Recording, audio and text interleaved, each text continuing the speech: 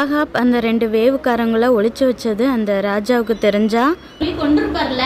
ஆனா அவன் அப்படி கொல்ற சூழ்நிலை வந்தாலும் பயப்படாம என்ன செய்யறா, ஹெல்ப் பண்ணிருக்கா. நீ எங்க உயிரை பயப்படாம ஹெல்ப் பண்ணல, நாங்களும் உனக்கு ஹெல்ப் பண்ணுவோம்.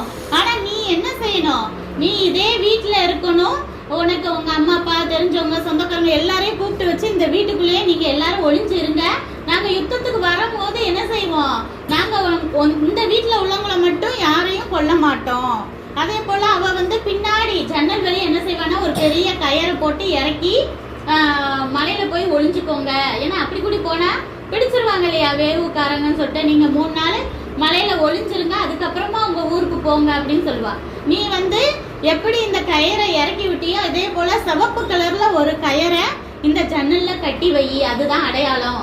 நாங்க யுத்தத்துக்கு வரும்போது இங்க சிவப்பு கலர்ல கயிறு கட்டி இருந்தா அந்த வீட்டுல உள்ளவங்களை மட்டும் நாங்க என்ன செய்ய மாட்டோம், கொல்ல மாட்டோம், மத்தவங்க எல்லாரையுமே கொன்னு இது பண்ணிடுவோம் அப்படின்னு சொல்லிட்டு. அதே போல அவ என்ன செய்யறா, அவளும் ஒரு சிவப்பு கயிறை கட்டி வைக்கிறா.